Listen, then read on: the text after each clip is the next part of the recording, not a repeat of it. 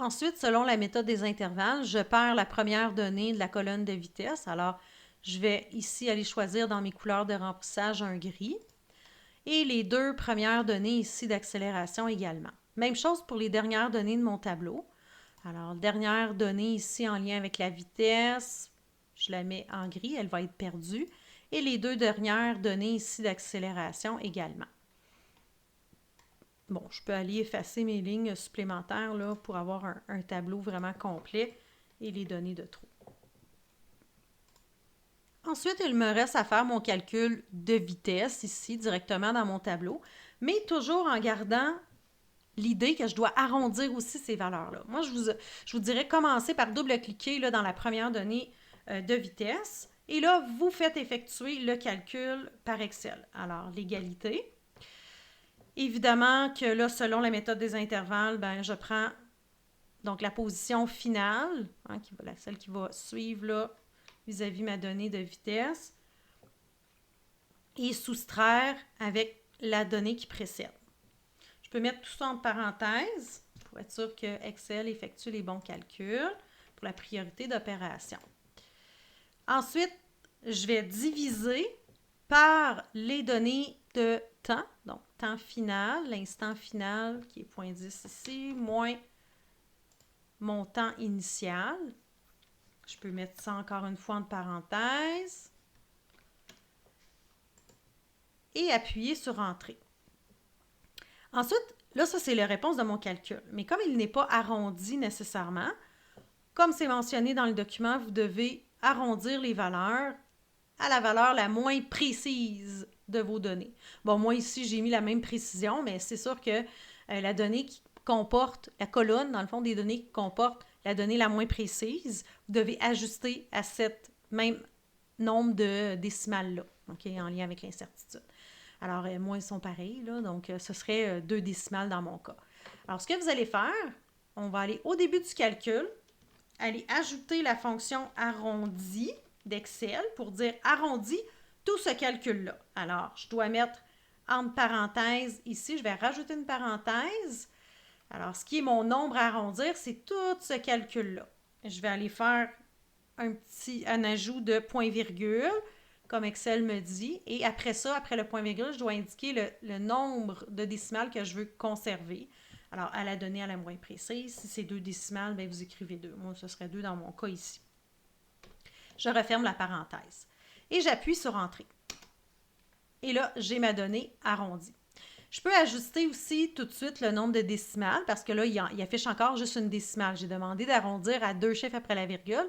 Je vais m'organiser pour ajuster aussi à 2 chiffres après la virgule en cliquant ici là, sur les boutons là, d'ajouter ou réduire le nombre de décimales. Et je répète ce calcul-là, toujours en appuyant sur ma souris le bouton gauche que j'enfonce et que je glisse jusque dans la dernière donnée ici de ma colonne de vitesse. Et je relâche. Alors, j'obtiens la précision souhaitée et un nombre arrondi à 2 chiffres après la virgule, selon ce qui est demandé toujours. Et vous faites exactement le même principe pour la colonne d'accélération. Vous refaites le même calcul avec la fonction arrondie avec la méthode des intervalles. Par la suite, vous pouvez créer vos graphiques là, à partir de ces données-là. Alors, c'est sûr que pour un graphique de position, c'est facile d'aller sélectionner nos données puisque les colonnes sont collées, hein, sont juxtaposées les unes à côté des autres.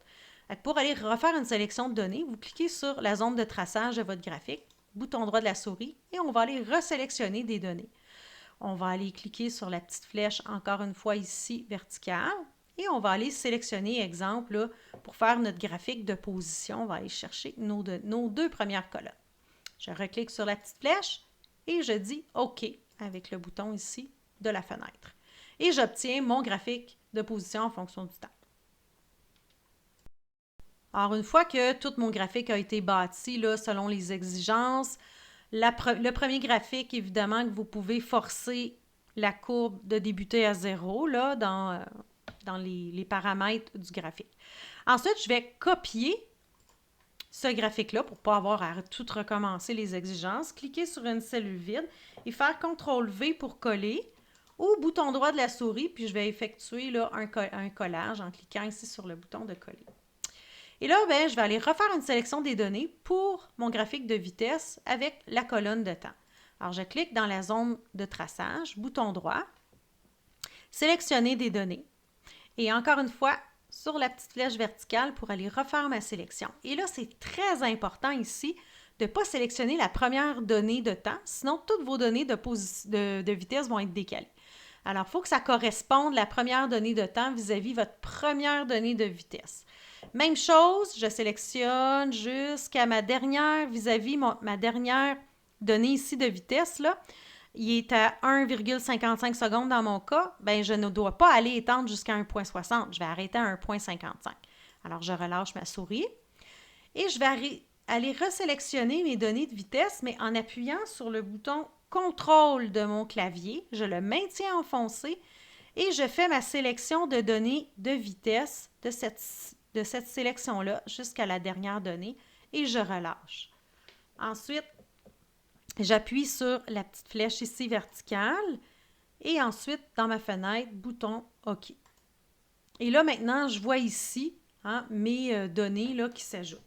Alors, c'est sûr que je dois m'assurer d'ajouter évidemment une courbe de tendance, l'équation et tout ça, toujours en fonction des exigences. Alors, vous refaites la même chose pour votre graphique d'accélération. Vous copiez-collez votre graphique ici de vitesse et vous allez aussi changer évidemment la fonction. Là, je n'ai plus une quadratique, une polynomiale de second degré. Je vais aller changer pour la bonne fonction. Même chose pour l'accélération. Alors, pour l'accélération, le graphique, assurez-vous de prendre la première donnée de temps qui est vis-à-vis la première donnée d'accélération dans votre sélection de données.